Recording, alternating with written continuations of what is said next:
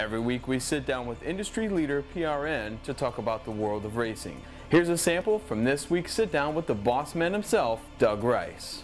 Joined again by Doug Rice of PRN. Doug, thank you again for sitting in here and obviously for letting us broadcast from your beautiful studio. It's always a pleasure, and it's always fun to do a little bench racing. Now, the big boss is Bruton Smith, correct? Yes, it is. Okay, and he had some words at Kentucky Speedway. I want to go back to that.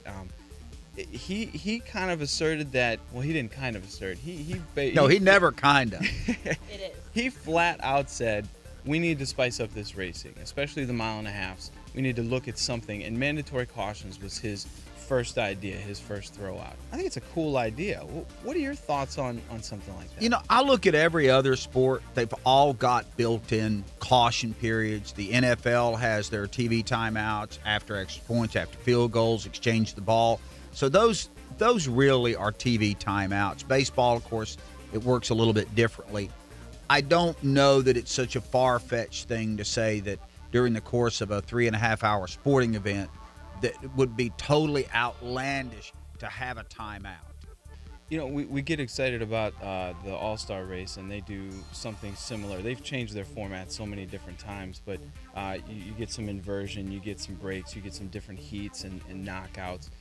When you look at USAC racing, and a couple of the drivers went back because they have USAC roots to the way that they do it, where, you know, and I don't care if you're leading the points, if you don't make it through your heat in a certain amount of time, or if you don't do well in this or that, you don't make the main. It is about the competition, but at the end of the day, for me, it's like all other sports. It's entertainment. Sure. You've got choices in today's universe how you're going to spend your 3 hours on the Sunday or Saturday night. Is it going to be watching NASCAR? Are you going to watch Major League Baseball in the fall? Are you going to opt to watch the NFL or play on your Xbox 360? There's lots of choices, and whatever NASCAR decides to do, they have to weigh the entertainment value in there a little bit.